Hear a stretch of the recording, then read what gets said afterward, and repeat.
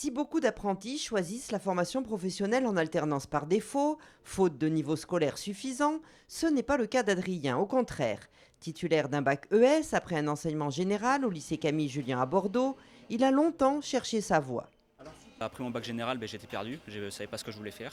J'ai fait des missions d'intérim, j'ai fait du McDo, j'ai fait plein de petits boulots pour survivre entre parenthèses.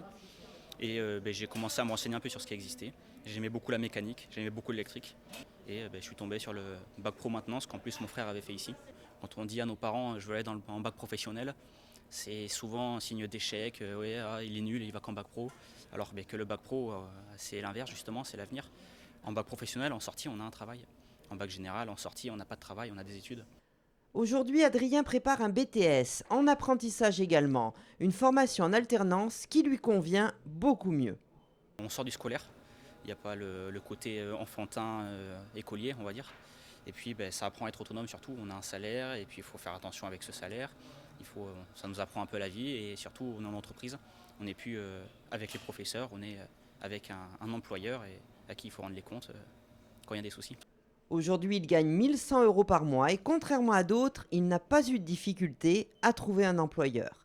Alors cette année, je suis chez AQMO, donc Aquitaine de maîtrise d'œuvre à Blanquefort. Donc j'ai postulé chez eux et ils m'ont pris, j'avais un très bon dossier scolaire, ce qui m'a beaucoup aidé. Et j'ai dû choisir, c'est une entreprise qui fonctionne, qui est sous-traitante, pardon. Et donc j'ai choisi le site d'Asso sur Mérignac. Et j'ai eu de la chance de réussir, ils m'ont gardé là-bas. Une entreprise qui serait prête à l'embaucher à l'issue de son BTS, mais lui veut aller plus loin. Il envisage de poursuivre ses études pour devenir ingénieur, toujours en apprentissage.